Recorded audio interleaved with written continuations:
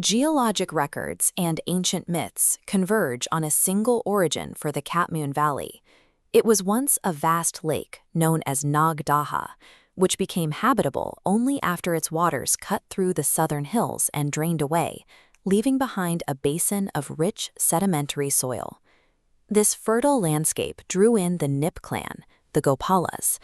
These nomadic cowherds were the first to organize a society here, migrating from the southern plains to establish the valley's earliest permanent settlements.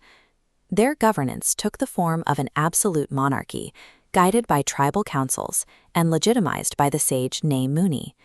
This blend of secular rule and spiritual guidance gave the land its name, Nepal, the territory protected by Ne. By organizing the landscape around cattle rearing and centralized authority, the Gopalas established the basic socio-economic framework that all later Nepalese dynasties would build upon. For these early Ahir communities, cattle were the primary engine of life. Wealth was measured in heads of livestock, and dairy products like ghee and curd served as the main commodities for trade with the surrounding regions. These pastoralists also imported strict Vedic traditions. They focused their worship on Shiva as Pashupatinath, the Lord of Beasts, founding a religious center on the riverbanks that remains the spiritual heart of the valley today. But as the population grew, the limitations of the system became clear. Relying on simple tribal councils and lacking any formal military, the Ahir herdsmen found themselves unable to protect their expanding territory from more organized outsiders. Pure pastoralism reached its nadir point. The valley's survival now depended on a significant shift toward a more robust, defensively capable political structure. That shift arrived with the Kirats. This indigenous dynasty displaced the Ahirs and introduced a political system influenced by the Vriji Sangha, a model that incorporated early democratic concepts into the traditional monarchy. The Kirats used this new stability to look outward, carving out trans-Himalayan trade routes that connected the valley to Tibet and China for the first time. This international trade brought more than just goods.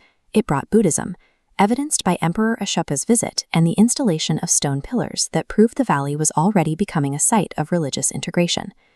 By combining these inclusive government structures with open trade, the Kirats converted a secluded mountain basin into a vital international cultural crossroads. The subsequent Lichavi dynasty pushed this progress further. Migrating from India, they defeated the Kirats but assimilated their existing local structures to launch what is remembered as Nepal's Golden Age. Their primary innovation was the Panchali system, a decentralized administrative model. While the king held supreme authority, he oversaw a tiered hierarchy of local councils and specialized officials who managed the day-to-day needs of the people.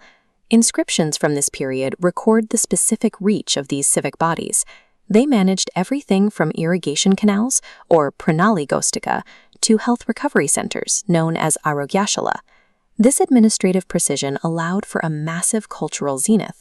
Hindu and Buddhist traditions existed in a state of peaceful syncretism, resulting in monumental achievements like the Swayambhunath Stupa.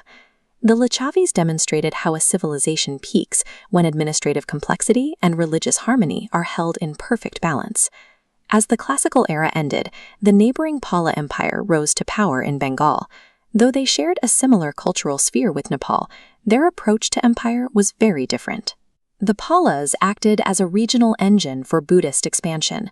They formalized religious life through massive monastic centers and highly sophisticated stone sculpture, as seen in the dark, intricate art of the medieval period.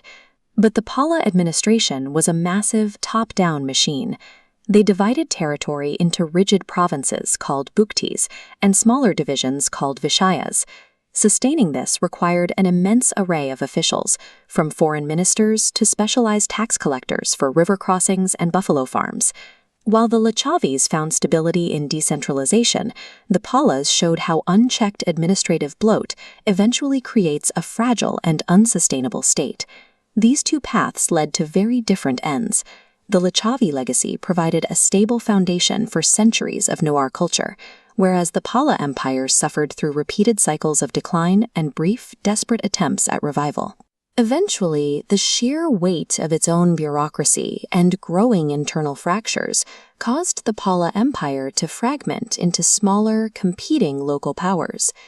This comparison clarifies the Kathmandu Valley's journey.